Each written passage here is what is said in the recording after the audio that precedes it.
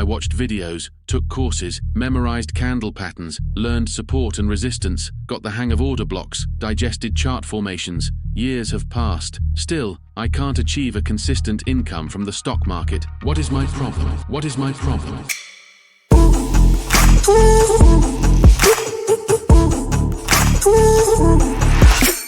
There is only one reason for this situation. You have not reached an awareness of the environment you are in. This is the trading field, and this is you.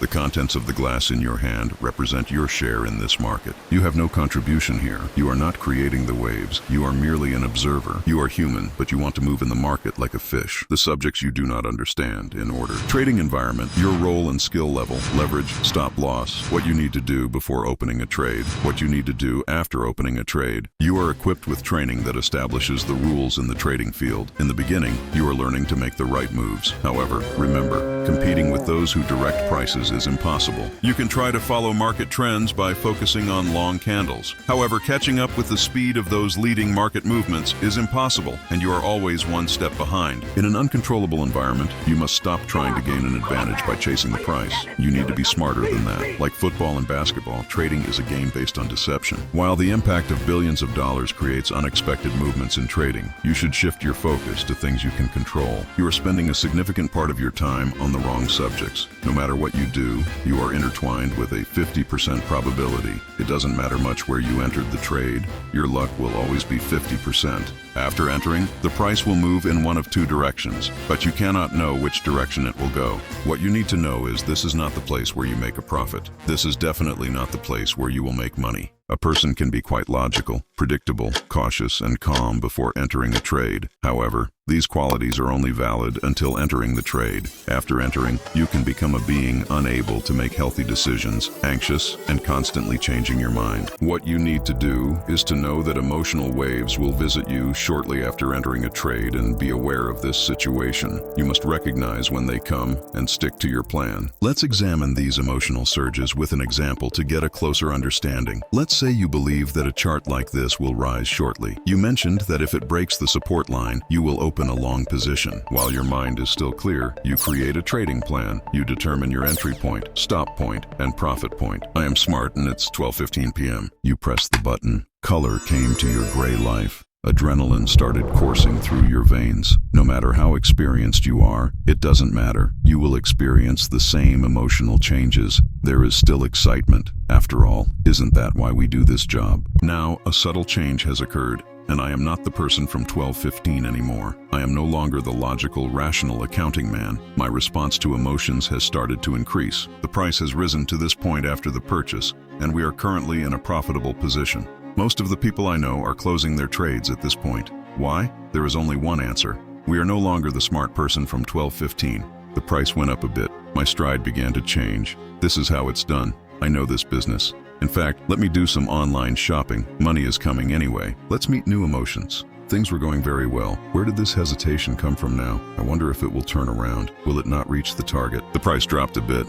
Oh, if only you had sold at that point. I wish I had sold just now. The price dropped a bit more. You see, no matter what I do, they do the opposite. It's like they are following me. So, considering the price has risen this much, there should be a correction. In fact, I know that I will hit the stop shortly at a not-so-deep level, but I deny it and make my first move, because I realize that I've placed the stop too close. I should move it a bit lower. I know that I'll hit the stop from here as well, but I'm pulling back the stop line that I lowered a while ago by thinking more carefully and updating my technical analysis back to the pivot point. You know how this game is going to end, don't you? But before that, there's one more step. Remove the stop.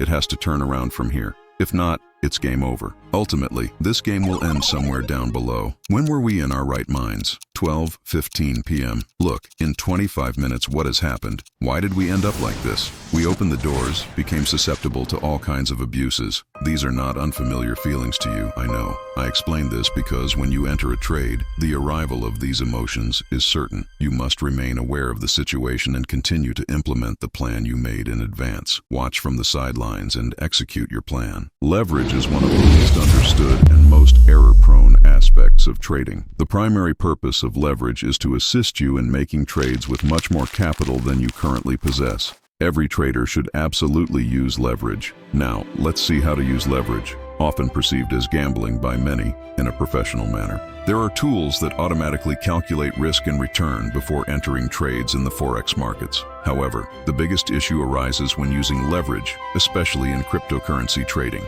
This is because there are no applications that automatically calculate profit loss, and people do not know how to perform these calculations. We have $1,000 in capital. In this example, we will enter a trade without using leverage. If things don't go as planned, we are willing to accept a 3% loss. We are using the long position tool on TradingView. We set the take profit and stop loss points to where we deem appropriate. Double-click on the tool. Here, the predefined take profit, stop loss, and entry points are automatically set. You can also manually adjust the values if desired. In this trial, since we are not using leverage, we wrote 1 as the value here. The calculation tool has performed the necessary calculations for the specified 3% or $30 stop loss level to be realized in the trade. It indicates how many units of this cryptocurrency we need to purchase for the transaction. Now let's calculate. I bought 42,857 units at $20 each. I have spent $857 of my $1,000 capital on this trade. I only have $143 left now. It's unclear when this trade will conclude,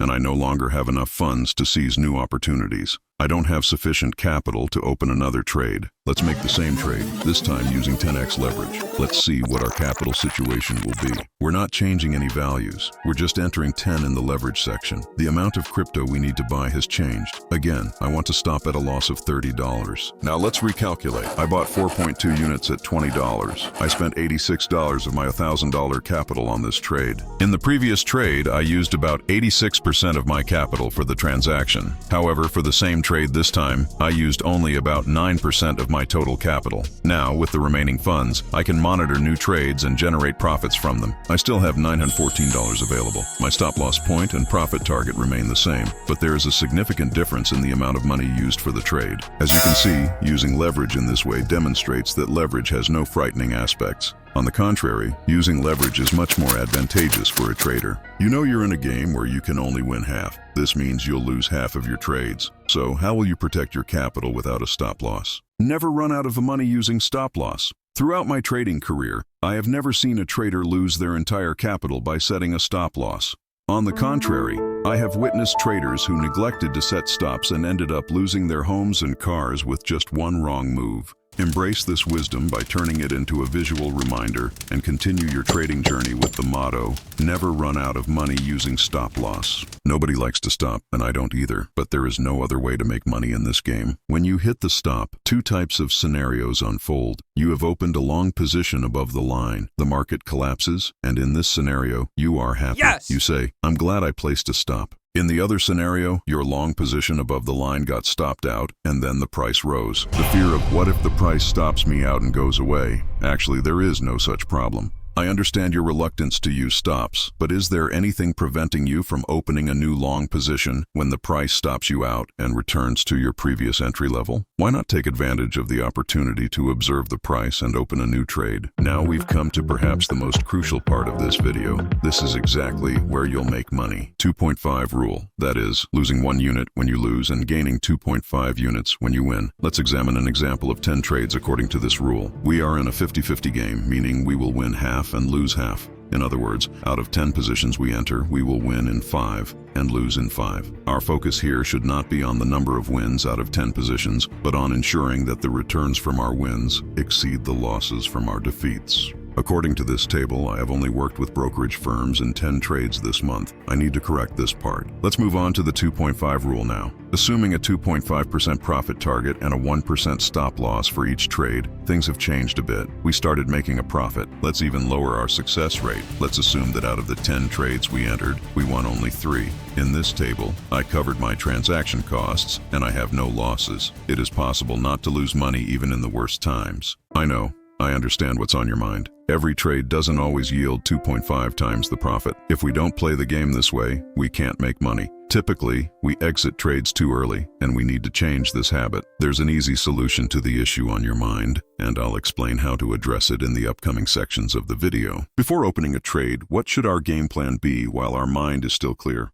You should determine where to enter the trade. You should determine where to exit with a profit. You should determine where to exit with a loss. You should plan the re-entry point and the rest. You should identify your play, meaning how much risk you are taking to achieve how much profit. Before entering a trade, these are the steps you need to take. Planning is important, but executing the plan is equally crucial. After the trade, you should use a trailing stop to address the issue that hinders you from waiting for profits. While using a trailing stop, as the price moves in your favor after entering a trade, you adjust your stop loss level accordingly. Initially, you set it at your entry point and then progressively move it to higher levels. You continue this process until the trade reverses and hits your stop loss. This approach allows for a more comfortable wait during your trades. If the trade turns against you, you close it by taking the predetermined profit amount you've set earlier. Thank you. This video covered important topics such as trading strategies, risk management, and trailing stops. If you enjoyed it, don't forget to subscribe to my channel and turn on notifications. Feel free to ask any questions in the comments. See you in the next video. Stay healthy.